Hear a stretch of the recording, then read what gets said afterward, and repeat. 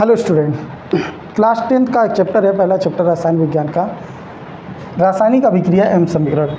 ये चैप्टर बहुत इंपॉर्टेंट है। अगर आप क्लास 10th में हैं तो ये चैप्टर आपके लिए काफ़ी इंपॉर्टेंट होता है। इस चैप्टर में जब बच्चे शुरू करते हैं तो उनको जो रासायनिक अभिक्रिया है वो समझ में नहीं आता है ना, या समीकरण कैसे संतुलित करते हैं या फिर अभिक्रियाएँ कैसे होती है। तो अगर आप ये जो सेशन है पूरा, इस चैप्टर का सेशन अगर आप पूरा देख लेंगे तो निश्चित रूप से आपको मैं ये कह सकता हूँ कि आपको एक एक पॉइंट क्लियर से समझ में आएगा। ठीक है, चलिए हम लोग शुरू करते हैं। सबसे पहले तो चैप्टर का नाम हम देखते हैं कि चैप्टर का नाम है रासायनिक अभिक्रिया एवं समीकरण। इसमें 3 वर्ड आ रहा है, एक आ रहा है रासायनिक, एक आ रहा है अभिक्रिया और एक आ रहा है क्या, समीकरण। रासायनिक का मतलब क्या होता है, ऐसा चीज़ जिसको हम देख ना पाए और वो चीज़ हो जाए। जैसे एग्जाम्पल के तौर पे अगर मैं कहूँ कि हमने चीनी को पानी में मिलाया है तो क्या हम पानी में चीनी को घुलते हुए देख पाएंगे, या चीनी का जो कण पानी में घुला हुआ है क्या हम उसको देख सकते हैं? तो आप कहेंगे सर नहीं देख सकते। इसका मतलब वही जो प्रॉपर्टी है वो प्रॉपर्टी क्या हो जाएगी, रासायनिक प्रॉपर्टी। अभिक्रिया का मतलब क्या होता है कि गुणों में चेंज होना। गुणों में चेंज होने का मतलब क्या है, जैसे मान लीजिए दूध है, अब दूध का एक अलग प्रॉपर्टी है, लेकिन अगर ये दूध से दही बन गया तो बताइए क्या इसका गुण चेंज हुआ कि नहीं? सर कहेंगे आप ये तो खट्टा हो जाता है और दही जो दूध होता है इसका स्वाद तो कुछ अलग होता है। तो ये जो गुणों में परिवर्तन हो रहा है, यही किसी भी पदार्थ का अगर गुण में उसके परिवर्तन हो जाए तो इसका मतलब वो क्या है, रासायनिक अभिक्रिया है। जैसे अभी हम लोहा ले लें, लोहा में क्या लग जाता है, जंग लग जाता है। जंग लग जाएगा तो क्या पहले के जैसा लोहा अब रह गया है? तो आप कहेंगे सर नहीं रह गया है। इसका मतलब जो लोहा पहले था वो एक पदार्थ था और उस पदार्थ ने अपने गुण को चेंज करके उसमें जो है वो जंग लगा लिया, यानी उसमें जो है लोहे में जंग लग गया। ठीक है, जिसको हम कोरोजन कहते हैं, है ना। तो इस तरीके से हम कह सकते हैं, जैसे यहाँ मैंने परिभाषा लिखा हुआ है कि वो वे क्रियाएं जिनमें पदार्थों के संगठन, गुणों तथा संरचना में परिवर्तन होता है, या पदार्थ का जो संगठन है उसमें परिवर्तन हो जाए, उसके गुण में परिवर्तन हो जाए, उसकी संरचना बदल जाए। अगर ऐसा कहीं पर भी हो रहा है तो उसको हम बोल सकते हैं कि यह अभिक्रिया है। और वह अभिक्रिया कैसी है, क्योंकि वह अभिक्रिया चेंज हो रहा है, एक आंतरिक क्रिया हो रही है, तो उसी को हम कहेंगे रासायनिक अभिक्रिया। ठीक है, जैसे हमने दूध से दही में परिवर्तन, तो भाई समझ लिया कि परिवर्तन हो गया, दही बन गया, लेकिन क्या हम इस प्रोसेस को देख पाए हैं? आप कहेंगे सर नहीं देख पाए हैं। तो नहीं देख पा रहे हैं, इसका मतलब वो क्या है, एक रासायनिक अभिक्रिया हो रही है। ठीक है, तो परिभाषा एक बार आप लोग देख लीजिए कि वे क्रियाएं जिनमें पदार्थों के संगठन, गुणों तथा संरचना में परिवर्तन होता है उसे हम क्या कहते हैं, अभिक्रिया कहते हैं। ठीक है, आई होप समझ में आया।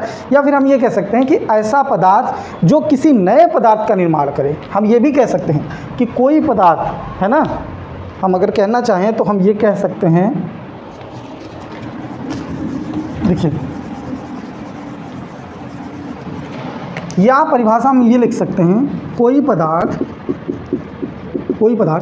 अगर परिवर्तित हो जाए, परिवर्तित होकर एक नए पदार्थ का निर्माण करे, नए पदार्थ का निर्माण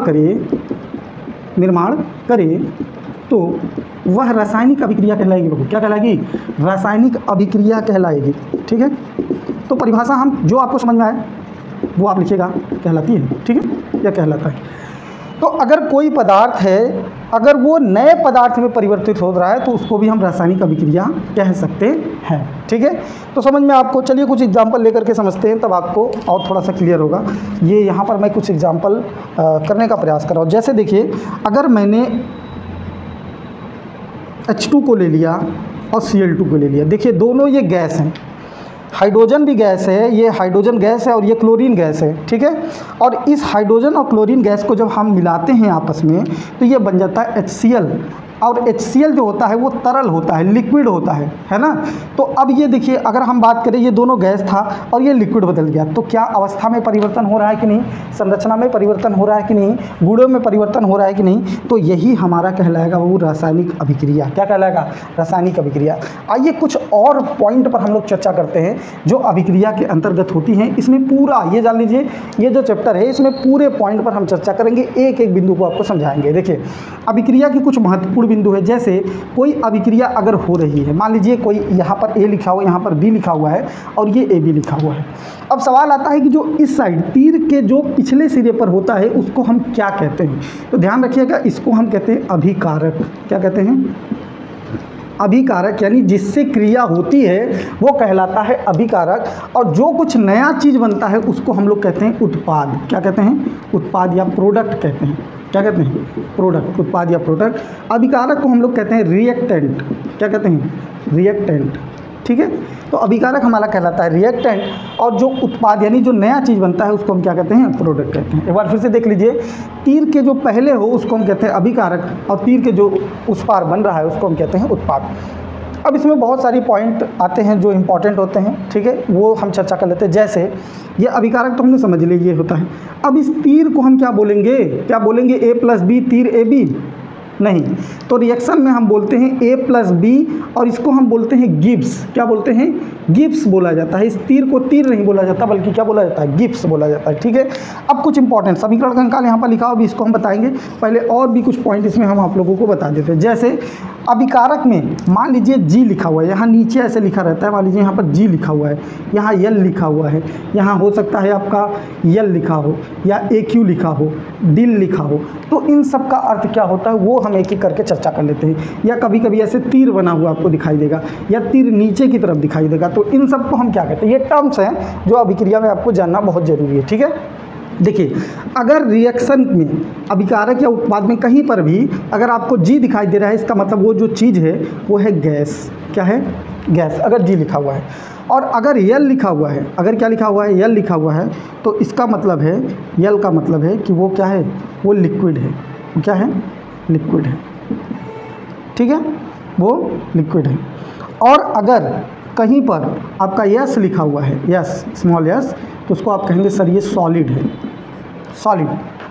ठीक है, अब कहीं पर अगर AQ लिखा हुआ है, AQ, तो आप कहेंगे सर वो एक्वस है, जो पदार्थ है वो एक्वस है यानी गाढ़ा है। ठीक है, और कहीं अगर डिल लिखा हुआ है, डिल, तो इसका मतलब होता है डाइल्यूट। डाइल्यूट, डाइल्यूट का मतलब है वो हल्का है, हल्का। गाढ़ा हल्का का मतलब समझ रहे हैं? जैसे मैं कहूँ कि मैंने 5 ग्राम नमक को पानी में मिला दिया 1 लीटर पानी में, अब वो 5 ग्राम है तो भाई बहुत हल्का होगा।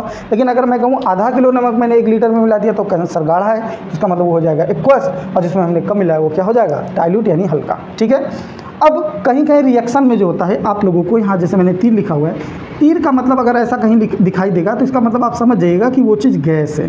क्या है वो? गैस है, हल्का है, जो ऊपर की तरफ जा रहा है। अगर कहीं तीर पर नीचे ऐसे तीर बना हुआ है नीचे की तरफ, इसका मतलब उसको हम बोलेंगे कि प्रेसिपिटेड है। प्रेसिपिटेड है यानी मतलब ये है, प्रेसिपिटेड का मतलब है कि वो नीचे बैठ रहा है। नीचे क्या हो रहा है? बैठ रहा है, भारी है, बैठ रहा है। और वो क्या है? भारी है। कैसा है भाई? भारी रहेगा तभी तो नीचे बैठेगा। ठीक है, तो ये जो कुछ टर्म्स है इसमें आप लोगों को जानना बहुत ज़रूरी था, जो मैंने आप लोगों को बता दिया।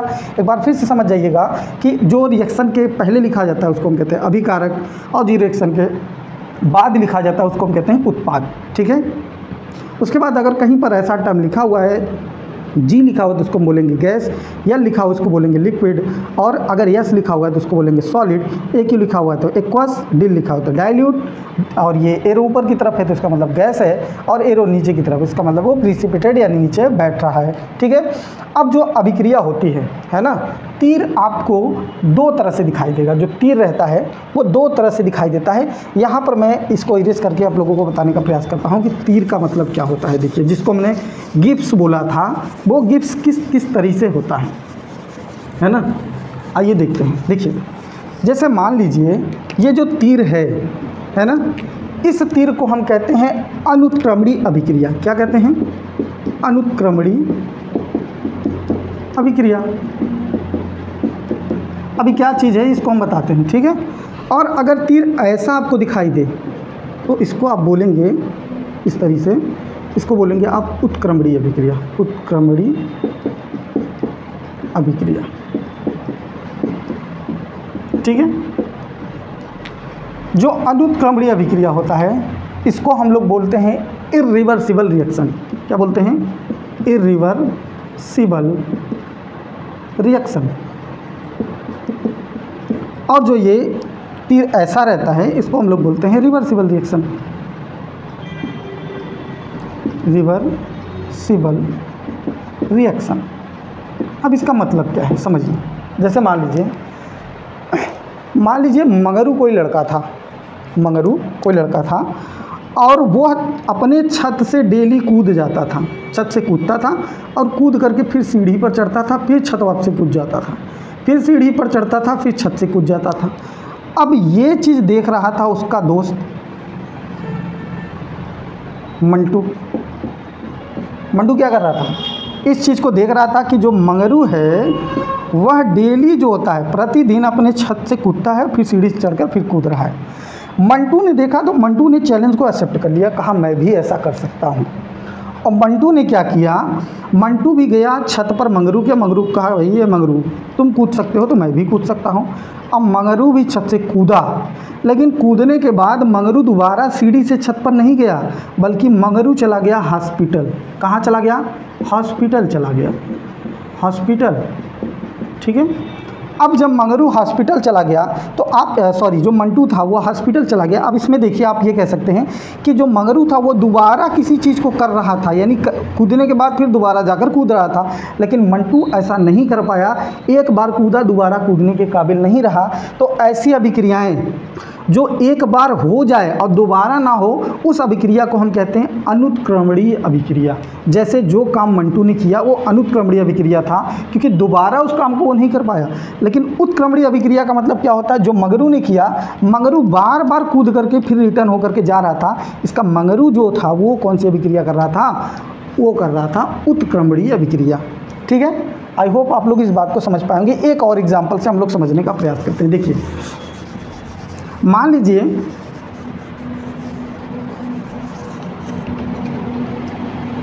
दो लोग थे, चलिए मंगरू और मंटू का ही ले लेते हैं, मंगरू और मंटू, इन्हीं दोनों का ले लेते हैं। मंगरू ने मंटू को दिया पानी, मंगरू ने मंटू को क्या दिया? पानी दिया।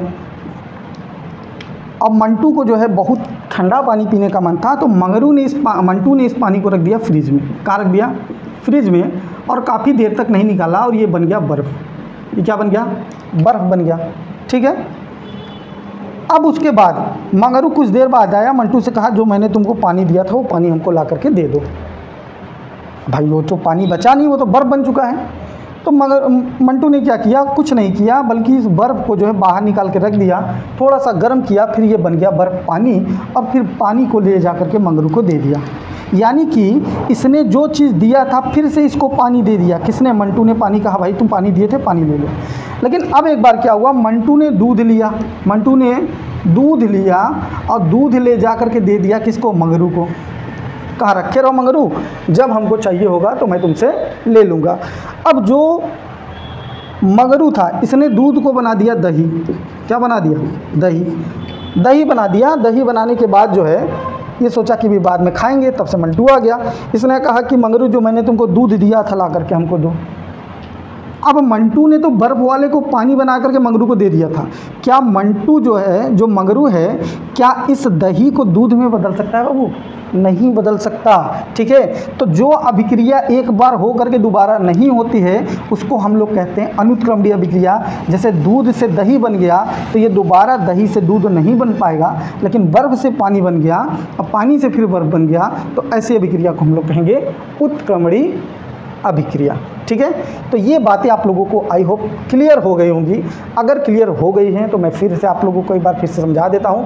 देखिए, ऐसी अभिक्रियाएं जिनके जो होता है संगठन संरचना या फिर गुण में कोई परिवर्तन आ जाए। जैसे आप लोग देख रहे हैं गुण में परिवर्तन आ रहा है, जैसे आप देख रहे हैं संगठन में परिवर्तन आ रहा है, पानी से बर्फ बन गया है ना, दूध से दही बन गया। ठीक है। तो ऐसी अभिक्रियाओं को हम लोग कहते हैं रासायनिक अभिक्रिया। ठीक है।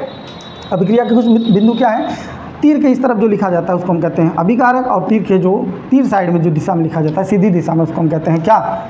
उसको हम कहते हैं उत्पाद। ठीक है। और इसमें कुछ बिंदु होते हैं, जैसे जी होता है इसको हम गैस कहते हैं, एल होता है लिक्विड कहते हैं, और यस होता है सॉलिड, ए होता है एक्वस कहते हैं, डिल होता है डाइल्यूट कहते हैं। ठीक है। और ये जो तीर होता है इसको हम लोग क्या कहते हैं? गिब्स कहते हैं। क्या बोलते हैं? गिब्स कहते हैं। ठीक है। अगर कोई तीर ऐसे ऊपर की तरफ दिया, जैसे यहाँ मान लीजिए ऐसे तीर ऊपर की तरफ दे दे, उसको हम लोग गैस कहते हैं। और अगर ये तीर नीचे की तरफ दे दे तो इसको हम लोग कहते हैं कि भाई ये प्रिसिपिटेट हो रहा है, यानी नीचे क्या हो रहा है, बैठ रहा है, इसका मतलब ये भारी है। ठीक है, अब आगे का जो पॉइंट है मैं आप लोगों को उसको समझाने का प्रयास करता हूँ। जैसे एक टर्म आता है कि समीकरण कंकाल क्या है सर, अभी आप लोग इसी वीडियो में या फिर अगले आने वाले वीडियो में आप लोगों को मैं ये भी बताऊंगा कि समीकरण को बैलेंस कैसे किया जाता है, या जो अभिक्रिया होती है उसको कैसे कराई जाती है। निश्चित रूप से आप लोगों को ये 100% समझ में आएगा कि अभिक्रिया कैसे की जाती है। ठीक है, तो चलिए अब हम आप लोगों को समझाने का प्रयास करते हैं समीकरण कंकाल। मैं लिख रहा हूँ, ठीक है, आप लोग देखिएगा समीकरण कंकाल क्या चीज़ होता है। समीकरण कंकाल से पहले मैं सोच रहा हूँ कि आप लोगों को बता दूँ रासायनिक समीकरण क्या होता है। रासायनिक समीकरण, रासायनिक समीकरण क्या चीज़ होता है? केमिकल इक्वेशन बोलते हैं इसको, केमिकल इक्वेशन, केमिकल इक्वेशन बोला जाता है। ठीक है, रासायनिक समीकरण क्या है? अब जैसे मान लीजिए हमने कहा कि भाई हमको तेजाब में लोहा मिलाना है, तेजाब में क्या करना है, लोहा मिलाना है। तो आप सभी लोग जानते होंगे अगर लोहा को तेजाब में डाल देंगे तो लोहा उसमें क्या होगा, गल जाएगा, क्योंकि तेजाब जो है रिएक्शन करता है ना, और वो हाइड्रोजन गैस निकालता है। कोई भी धातु अगर अम्ल से अभिक्रिया करता है तो हाइड्रोजन गैस निकलता है और अम्ल बनाता है। ठीक है, तो जैसे मान लीजिए हमने लिख दिया H2SO4, तेजाब का फार्मूला होता है H2SO4, और हमने ले लिया लोहा। तो हमने कहा भाई इसका रिएक्शन करा दूँ, तो हमने करा दिया रिएक्शन, तो हमारा बन गया FeSO4 + H2। अब बताइए, हम तेजाब को देखो छू रहे हैं, तेजाब बहुत खतरनाक चीज़ होता है, हाथ पर डालने पर जल जाता है, लेकिन हम यहाँ तेजाब को देखो छू पा रहे हैं। मतलब कहने का ये है कि कोई रिएक्शन जो होता है वो हम लैब में ही करा सकते हैं, ऐसी ही पॉसिबिलिटी है। लेकिन बोर्ड पर केवल हम रिप्रेजेंट कर सकते हैं, अपनी कॉपी में तुम केवल लिख सकते हो, उसको करा नहीं सकते हो बाबू। तो जिन चीज़ों को, जिन अभिक्रियाओं को हम कॉपी पर, बोर्ड पर लिख करके दर्शाते हैं, उसी को हम लोग कहते हैं रासायनिक समीकरण। जैसे हमने कहा ना, तेजाब को हम किसी भी चीज़ को हम लिख सकते हैं। देखो हम फार्मूला लिख दिए C6H12O6 ग्लूकोज। अब बताओ, हमने ग्लूकोज लिख दिया, क्या हमारे पास ग्लूकोज है? नहीं है ना। तो हम लिख करके चीज़ों को जो दिखाते हैं वही हमारा क्या कहलाता है, रासायनिक समीकरण कहलाता है। क्या कहलाता है? रासायनिक समीकरण कहलाता है। कोई भी चीज़ आप लिख सकते हैं। जैसे मान लीजिए मैं और भी चीज़ें लिख दूँ, मैं यहाँ पर मैंने लिख दिया NaOH + HCl, हाइड्रोक्लोरिक एसिड, भयंकर एसिड होता है, सोडियम हाइड्रॉक्साइड, ये भी जो होता है एक भयंकर क्षार होता है। इन दोनों को मिलाने पर नमक बन गया। क्या बन गया? नमक और पानी बन गया। तो अब बताओ, क्या नमक हमारे पास है? नहीं है ना, केवल लिख करके दिखा रहे हैं। तो लिख करके जिन चीज़ों को दिखाया जाता है उसी को हम लोग कहते हैं रासायनिक समीकरण। ठीक है, यही पॉइंट पर हम समझ लेते हैं समीकरण कंकाल क्या होता है। समीकरण कंकाल है ना, स्केलेटन ऑफ इक्वेशन। ठीक है, कंकाल, कंकाल, स्केलेटन। स्केलेटन क्या चीज़ है? देखिए, एक हम कॉन्सेप्ट पढ़ते हैं, द्रव्यमान संरक्षण का नियम। द्रव्यमान संरक्षण का नियम क्या कहता है कि अगर हमने 50 ग्राम अगर हमने चीनी लिया और 50 ग्राम अगर हमने पानी लिया, 50 ग्राम पानी लिया, दोनों को अगर हम मिलाएंगे तो जो यौगिक बनेगा नया, वो कितना होना चाहिए बाबू? 100 ग्राम का होना चाहिए, इससे कम का नहीं होगा। इसका मतलब द्रव्यमान जो होता है वो हमेशा नियत रहता है। जितनी मात्रा में हम मिलाएंगे द्रव्यमान हमेशा क्या होता है? फिक्स होता है। द्रव्यमान हमेशा उतना ही बनेगा, कम या ज़्यादा नहीं हो सकता, ध्यान रखिएगा। तो इसी प्रकार से जब हम किसी रासायनिक समीकरण को लिखते हैं, है ना, तो रासायनिक समीकरण को लिखते वक्त हम ये ध्यान देते हैं कि रासायनिक समीकरण संतुलित नहीं होता है। जैसे एग्जाम्पल के तौर पर हम देखते हैं, देखिए यहाँ पर मैंने लिखा, यहाँ सोडियम आप देख रहे हैं कि 1 है, यहाँ भी सोडियम 1 है, यहाँ क्लोरीन 1 है, यहाँ भी क्लोरीन 1 है, हाइड्रोजन 2 है, यहाँ 2 है। ये तो चलो ठीक है, ये बिल्कुल ठीक है। ठीक है, कुछ रिएक्शन मैं ऐसा लिखता हूँ जो संतुलित ना हो, फिर आप लोगों को बताता हूँ समीकरण कंकाल क्या चीज़ होता है। ठीक है, आइए मैं यहाँ पर लिख दे रहा हूँ। जैसे मैं लिख दूँ Zn + HCl, है ना, Zn + HCl। ठीक है, ये रिएक्शन थोड़ा सा ऊपर मैं लिखने का प्रयास करता हूँ, दिखाई नहीं दे रहा होगा। इस रासायनिक अभिक्रिया की जो परिभाषा है आप लोग स्क्रीनशॉट ले लीजिए, फिर मैं इसको इरेज करके बताता हूँ।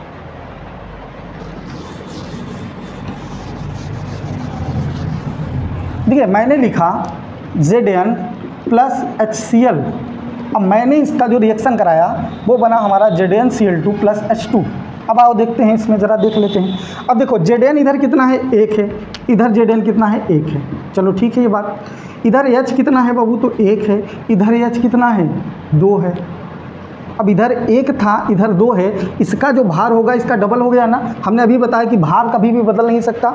50 ग्राम पानी 50 ग्राम चीनी मिला है तो 100 ग्राम तो इधर भी तो बराबर ही होना चाहिए, लेकिन बराबर नहीं है। फिलहाल छोड़िए। जेड इधर Cl देखिए कितना है, 1 है, और इधर Cl कितना है, 2 है, ठीक है। Cl भी बराबर नहीं है। तो ऐसा समीकरण है ना, जिसे लिखने के बाद जो संतुलित ना हो, इसका मतलब उसके भार संतुलित ना हो या वह तत्व संतुलित ना हो, तो उसी समीकरण को ही हम कहते हैं समीकरण कंकाल। क्या कहते हैं? समीकरण कंकाल कहते हैं। लेकिन अगर इसी समीकरण कंकाल को हम संतुलित कर दें, है ना, इसी समीकरण कंकाल जो अभी हमने लिखा है, इसको रासायनिक समीकरण कहेंगे, बैलेंस नहीं है तो समीकरण कंकाल कहेंगे।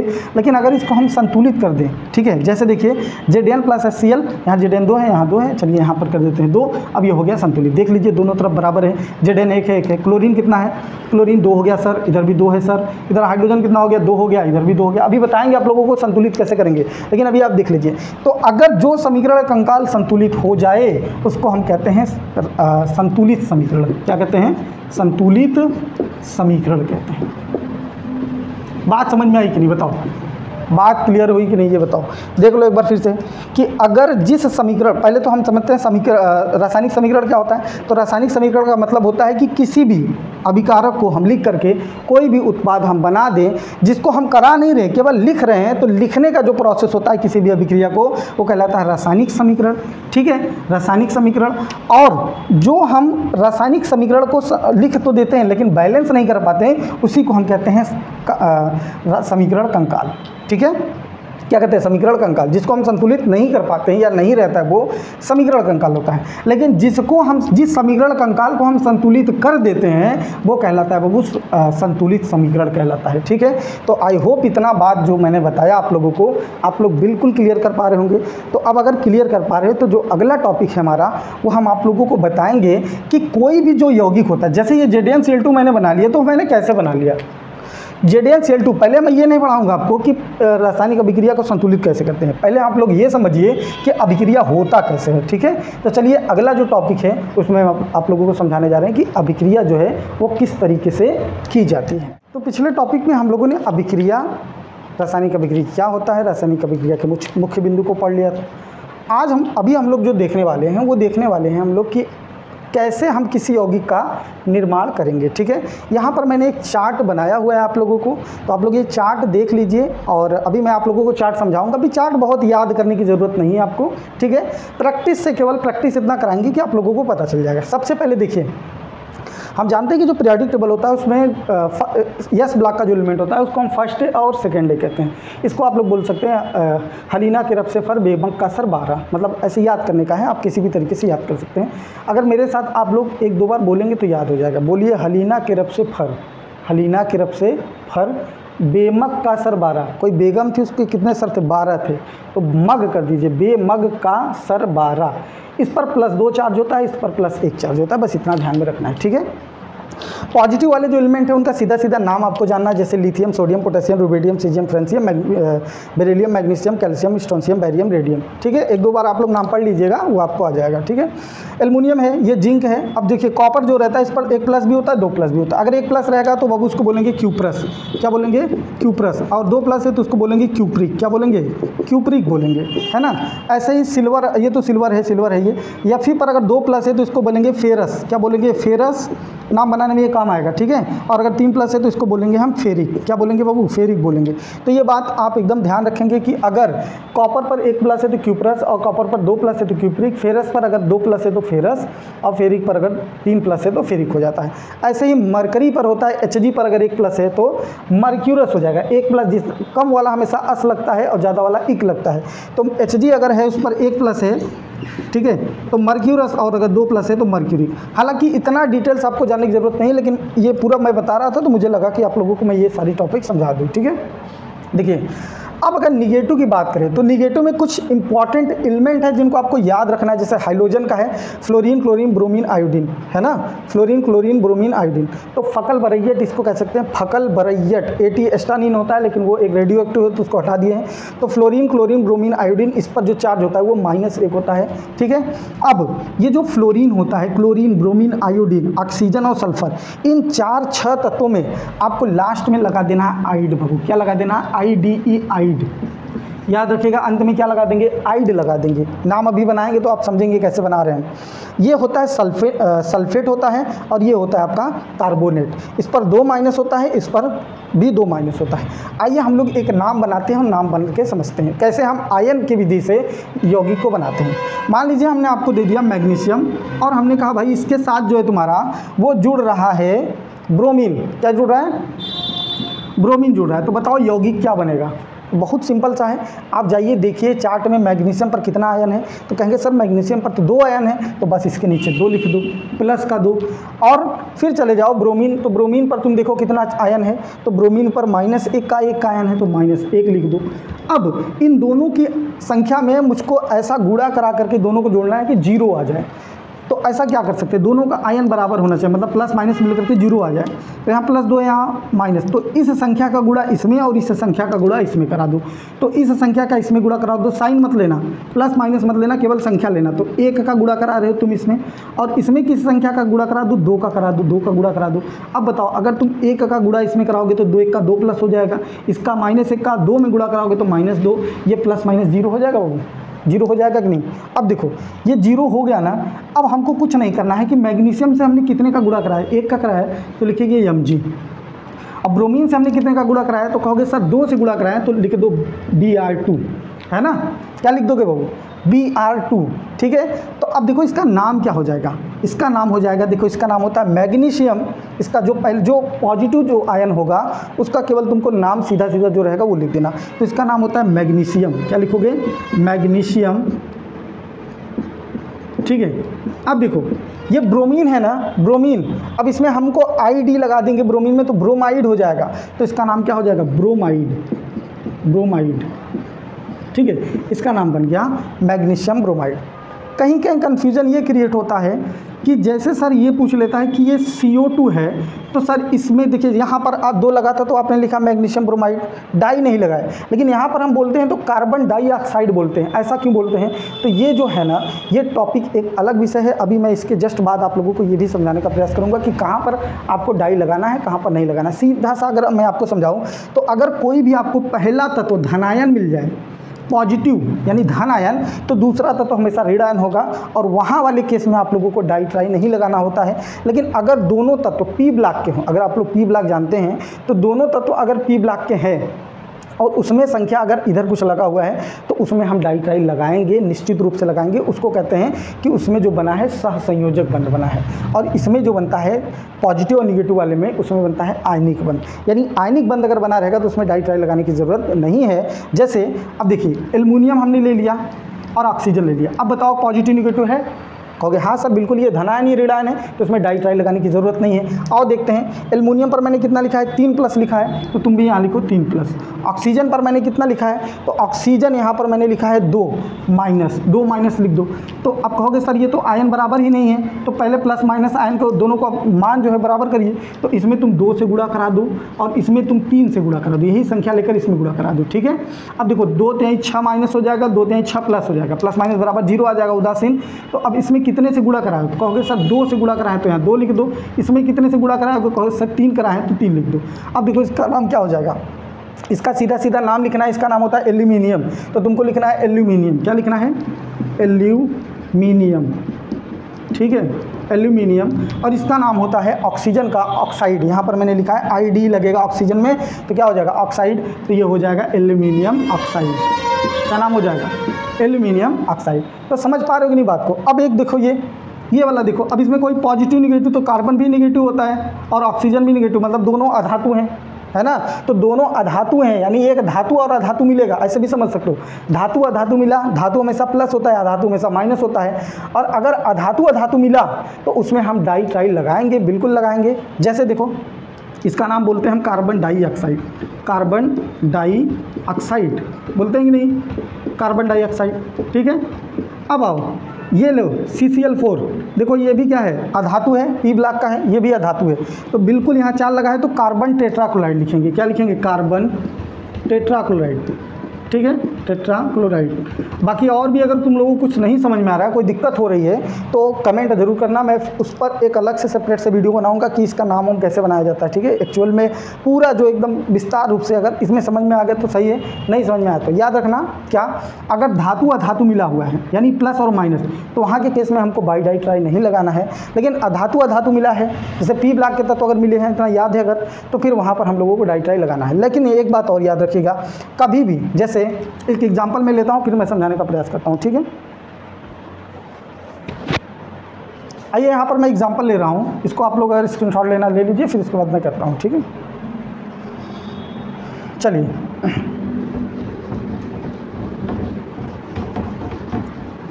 एक मैं एग्जाम्पल ले रहा हूँ समझाने के लिए, है ना। मैंने ले लिया सोडियम और मैंने ले लिया ऑक्सीजन। अब सोडियम पर चेक करो कितना प्लस है, कितना प्लस है भाई, तो कहोगे सो सोडियम पर 1 प्लस होता है, यहाँ पर मैंने लिखा हुआ है 1 प्लस। ऑक्सीजन पर कितना होता है, तो 2 माइनस होता है। ठीक है, ऑक्सीजन पर कितना होता है, 2 माइनस होता है। तो अब 1 प्लस और 2 माइनस क्या करोगे, कुछ नहीं करना है, केवल इसका गुणा इसमें करा दो, 2 आयन मत लेना, और इसका गुणा करा दो इसमें 1। तो अब इसका गुणा कराओगे तो 2 प्लस आ गया और इसका 2 माइनस आ गया। अब कितने से कराए हो गुणा, वही इसके नीचे लिख दो।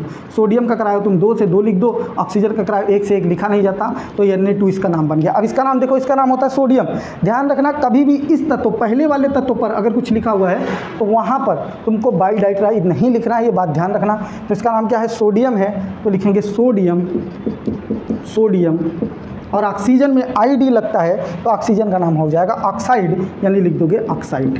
क्या लिख दोगे भाई, ऑक्साइड लिख दोगे। तो इसका नाम बन गया सोडियम ऑक्साइड।